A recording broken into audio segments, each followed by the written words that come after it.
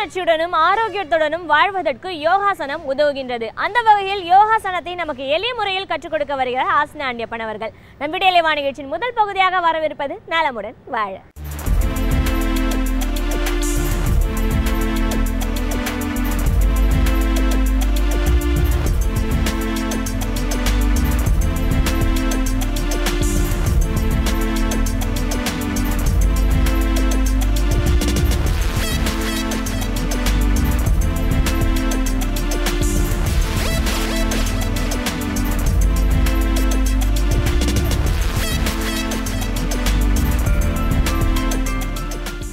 என் அருமை உலகத் தமிழ் மக்களே, தாய்மார்களே, பெரியோர்களே, சிறார்களே, என் அருமை சீடர்களே, யோக நண்பர்களே, யோக விரும்பிகளே, உங்கள் அனைவருக்கும் என் இனிய காலை வணக்கம். கலைஞர் தொலைக்காட்சி நிகழ்ச்சியில் நலமுடன் வாழ என்னும் பிரிவில் அதிகாலை வேளையில் முதல் நிகழ்ச்சியாக இந்த யோகாசன நிகழ்ச்சி தரப்படுகின்றது.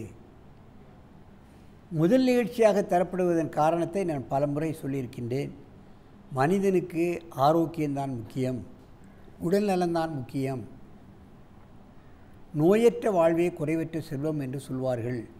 இவைகளெல்லாம் பெற வேண்டும் என்று சொன்னால் யோகாசனத்தை தவிர வேறு வழி ஏதும் கிடையாது. இப்பொழுது இந்த கவயாசனத்தை மெதுவாக செய்ய வேண்டும். அப்படியே படுங்க.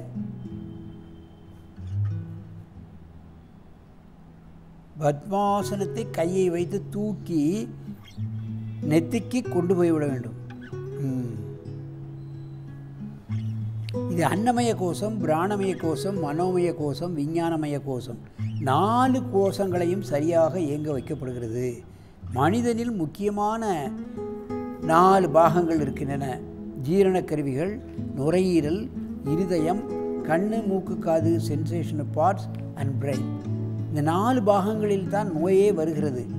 இந்த ஆசனம் இந்த 4 பாகங்களையும் செம்மையாக செயல்பட வைப்பதோடு அதில் ஏற்படக்கூடிய பல்வேறு நோய்களையும் குணப்படுத்த வல்லது. மெதுவாக இறக்குங்கள்,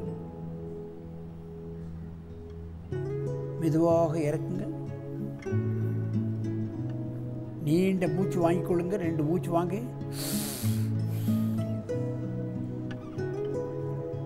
இப்பொழுது ஒருவருக்கொருவர் நேராக பார்த்து கொண்டு இந்த ஆசனத்தை செய்ய வேண்டும். அப்படியே திரும்புங்க இடது பக்கம். சரி, மீண்டும் இந்த ஆசனத்தை மெதுவாக செய்யணும். பண்ணுங்க.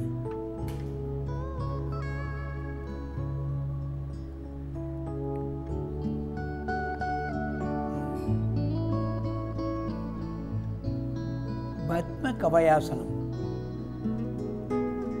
தலை நேர வச்சுக்கோ. ஒரு 20 எண்ணிக்கை இந்த நிலையில் இருக்க வேண்டும்.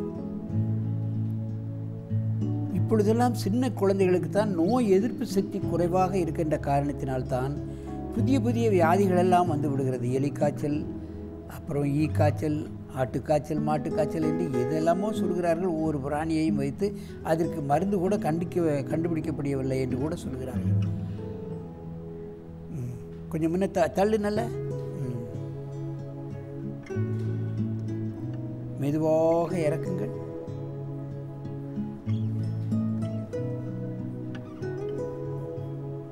நீண்ட மூச்சு வாங்கிக் கொள்ளுங்கள். இப்போது அப்படியே திரும்புங்கள். திரும்புங்க. கொஞ்சம் முன்னவா, இன்னும் கொஞ்சம். இப்பொழுது பல கோணங்களில் இந்த ஆசனம் உங்களுக்கு செய்து காட்டப்படுகிறது. படுங்கள், மெதுவாக செய்யுங்கள். தள்ளு, நல்ல தள்ளணும் முதுவை. ஒரு 20 எண்ணிக்கை. எத்தனை விளைவு, நொழிவு, கால் மடக்குதல், முதுகை வளைத்தல், எத்தனை வளைவு நெளிவுகள் நம்ம உடலிலே ஏற்படுகிறது என்பதையும் பார்க்க வேண்டும். மெதுவாக இந்த ஆசனத்தை இறக்குங்கள்.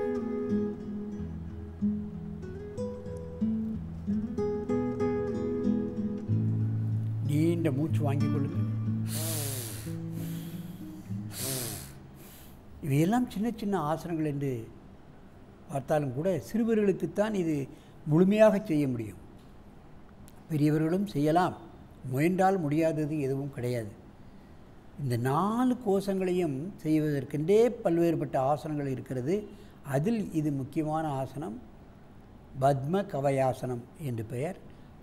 அது digestive system, respiratory system, sensational parts and mind, ஜீரண கருவிகள், நுரையீரல், இருதயம், கண்ணு, மூக்கு, காது, வாய், கழுத்து, மூளை, இது அத்தனை பாகங்களையும் செம்மையாக ஒரே ஆசனம் சரி செய்கிறது என்று சொன்னால் ஆச்சரியப்படத்தக்க ஆசனம். ஆகவே இது போன்ற ஆசனங்களை நாம் பழகி உடலையும் உள்ளத்தையும் ஆரோக்கியமாக வைத்துக்கொண்டு நெடிது இனிது வாழ வேண்டும் என்று கேட்டு உங்களிடமிருந்து விடைபெறுவது ஆசனம் ஆண்டியப்பன். வணக்கம்.